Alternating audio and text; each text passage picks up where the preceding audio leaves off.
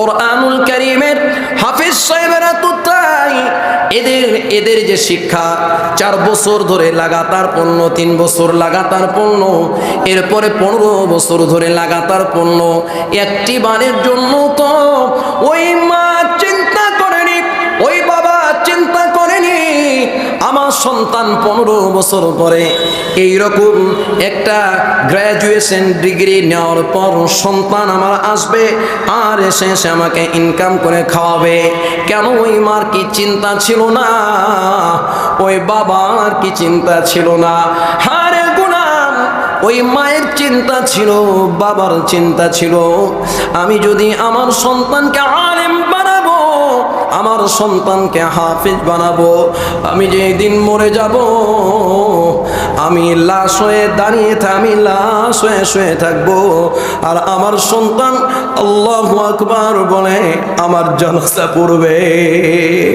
হযরতে আব্দুল কাদের জিলানী রাহমাতুল্লাহি আলাইহি তিনি মাদ্রাসায় গেছেন, মাদ্রাসায় পড়াশোনা করার উদ্দেশ্যে তার মা নিয়ে গেছেন। এই যে আমাদের কওমি মাদ্রাসাগুলো চাঁপাইনবাবগঞ্জের প্রাণ কেন্দ্রে অবস্থিত কওমি মাদ্রাসাগুলো যে আজকে সন্তানদেরকে দ্বীনি মারকাজে তাদেরকে দ্বীনি ইলম দান করছে, এইরকম কোন এক মাদ্রাসায় আব্দুল কাদের জিলানীর মা আব্দুল কাদের জিলানীকে নিয়ে মাদ্রাসায় উস্তাদের কাছে গেছে।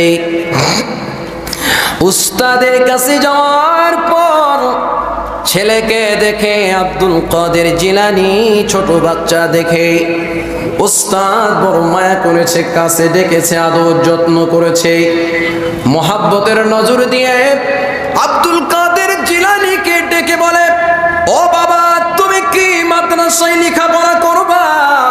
হ্যাঁ হ্যাঁ মাদ্রাসায় পড়বো, কারণ আমার কলিজার টুকরা মা আমাকে মানুষ তৈরি করার জন্য মাদ্রাসায় ভর্তি করতে নিয়ে এসেছে। বলেন না সুবহানাল্লাহ। দুনিয়াতে যতগুলো প্রতিষ্ঠান আছে আমার দেখা, আল্লাহ আমাকে কয়েকটা রাষ্ট্র ঘুরিয়েছে, কয়েকটা রাষ্ট্র আমি ঘুরেছি, এর ভিতরে আমি যত কিছু দেখেছি তার ভিতরে একজন মানুষকে প্রকৃত মানুষ হিসাবে গড়ে তোলার জন্য কেবলমাত্র একমাত্র হলো মাদ্রাসা। কারণ এই মাদ্রাসাগুলোতে ছাত্রদেরকে ট্রান্সজেন্ডার শিক্ষা দেওয়া হয় না, এইরকম বাতিল পন্থীর মতো অশিক্ষিত করে গড়ে তোলা হয় না, কেবলমাত্র একজন মানুষকে মানুষ করে তোলা হয়। দুনিয়াতে এমন কোনো প্রতিষ্ঠান নাই যেই প্রতিষ্ঠানে আপনি পাবেন সন্তানকে নিয়ে যাওয়ার পর তার বাবা মা ডেকে বলে আমার সন্তানটাকে দেখেন, খেয়াল করেন, প্রত্যেকটা বাবা মা সন্তানকে যদি কোনো প্রতিষ্ঠানে নিয়ে যাই প্রথমেই বলে আমার সন্তানটাকে আমি ডাক্তার বানাতে চাই, আমার সন্তানটাকে আমি ইঞ্জিনিয়ার বানাতে চাই, আমার সন্তানকে আমি প্রফেসর বানাতে চাই, আমার সন্তানকে সমাজসেবক বানাতে চাই। কিন্তু যেই ছেলেটা মাদ্রাসাতে তার মা তার বাবা নিয়ে যায়, ওই ছেলেটাকে বাবা মা বড় মহব্বত করে ওস্তাদের সামনে মাথা নত করে একেবারে নমনীয় ভাবে খাশিনদের অন্তর্ভুক্ত হয়ে বলে, ওস্তাদ মাদ্রাসার হুজুর আমার ছেলেটাকে মানুষ বানায় দেন।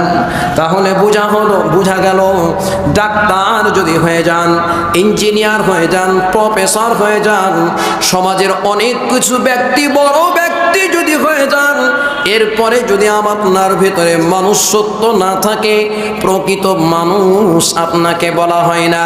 প্রকৃত মানুষ হওয়ার জন্য কারখানা হলো মাদ্রাসা।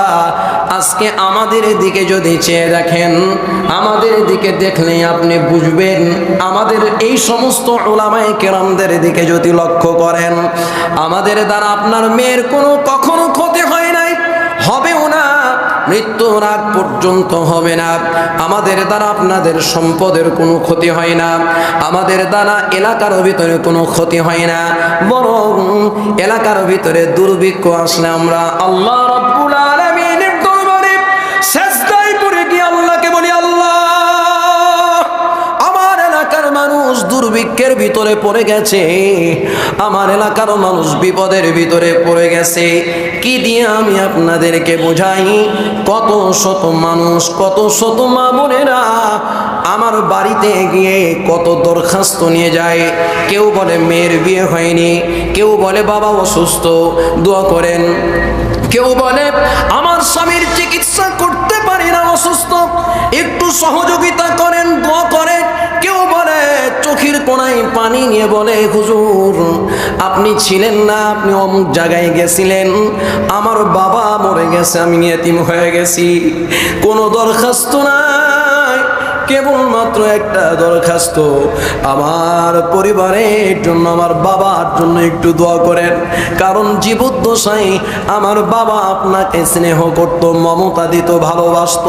রে আল্লাহর গোলাম, এই সমস্ত শিক্ষা এগুলো পাওয়ার পিছনে কারণ হলো, একমাত্র কারণ হলো ইলমুল্লাহ, একমাত্র কারণ হলো ইলমুল কোরআন, একমাত্র কারণ হলো ইলমুল হাদিস, একমাত্র কারণ হলো ইলমে দ্বীন।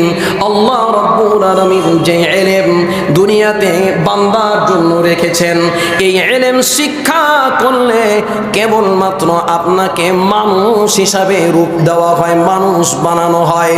পৃথিবীতে এমন কোন শিক্ষা নাই, এমন কোন শিক্ষা ব্যবস্থা নাই যার শেষ সীমা, যার একেবারেই শেষ মুহূর্ত।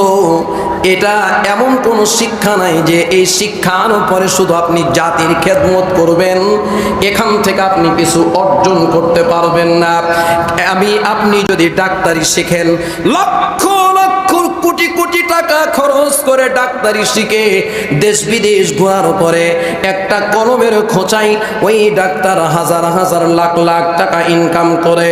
এরপরে যদি আপনি ইঞ্জিনিয়ার বলেন, আপনি 1 লক্ষ কোটি টাকা খরচ করে ইঞ্জিনিয়ার হলো একজন, এবার বসে গেল কলমের খোঁচাই লক্ষ কোটি টাকা ইনকাম করবে।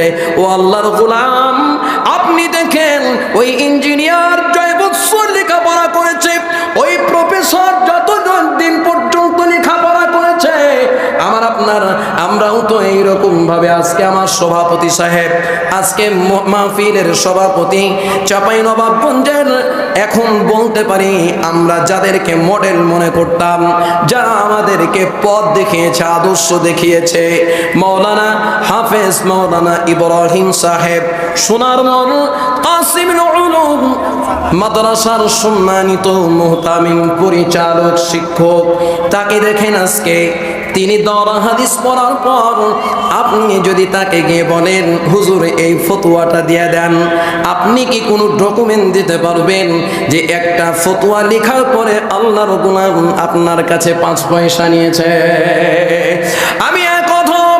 আমিও ওই রকম কওমি মাদ্রাসায় লেখাপড়া করেছি।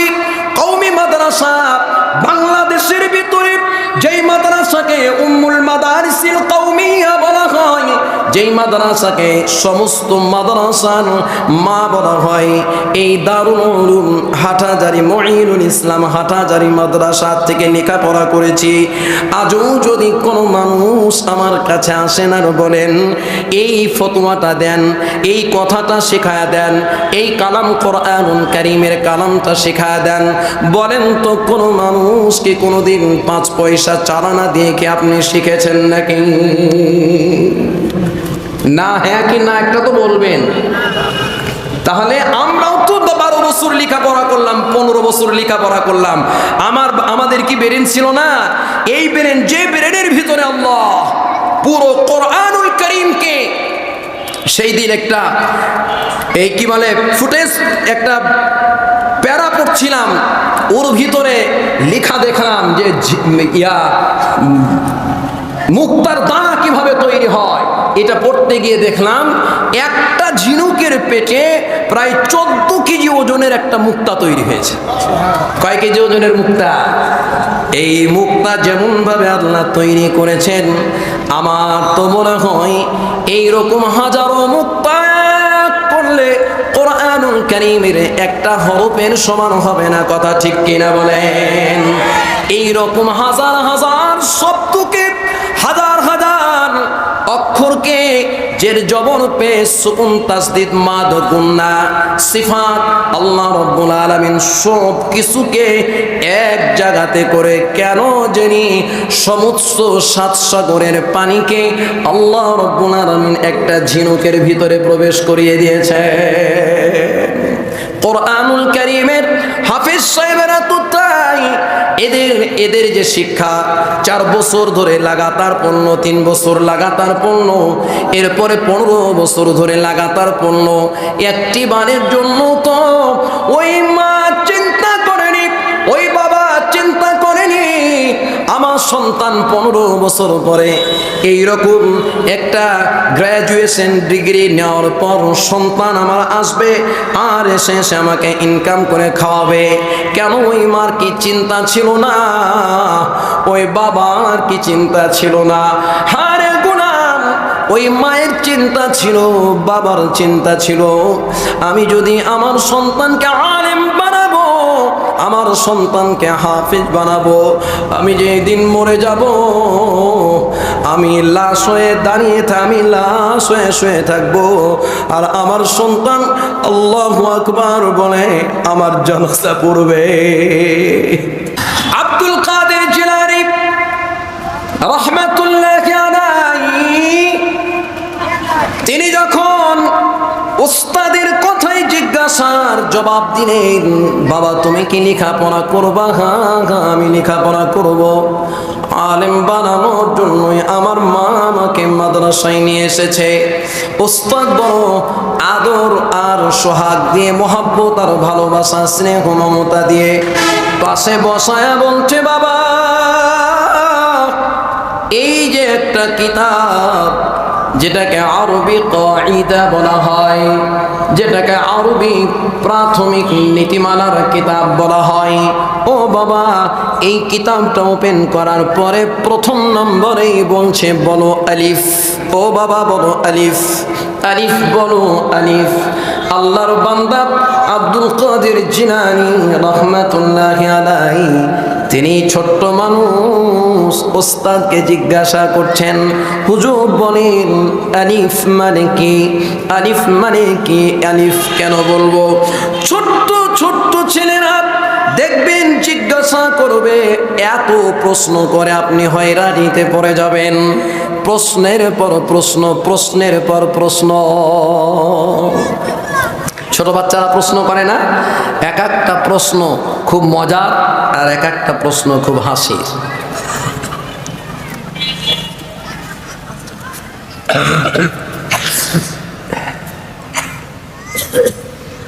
জিজ্ঞাসা করছে, বাবা তুমি কাকে বিয়ে করেছো?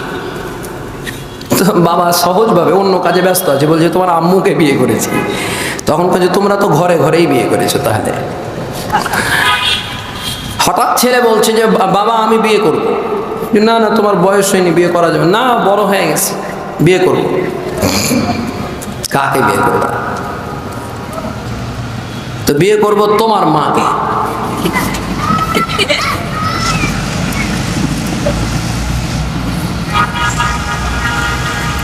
বেয়াদব এ ধরনের কথা বলে, এটা নোংরা কথা।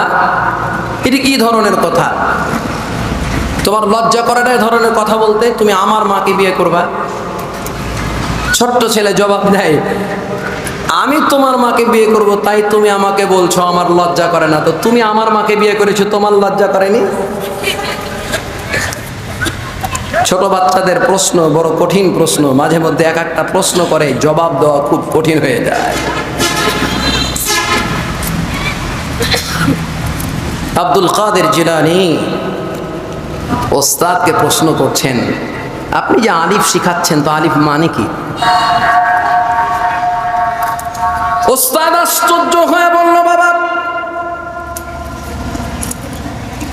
আলিফ মানে কি? এটা কি তুমি জানো নাকি? বলে হ্যাঁ হ্যাঁ জানি। আমার কলিজার টুকরা মা কোলে বসায় বসায় আমার মা আমাকে আলিফের মানে শিখায়া দিয়েছে। বলেন সুবহানাল্লাহ। এ মুসলমান একবার আওয়াজ দিয়ে বলেন না সবাই সুবহানাল্লাহ। বলেন আল্লাহু আকবার। হাতটা উঁচু করে বলেন লিল্লাহি তাকবীর, লিল্লাহি তাকবীর।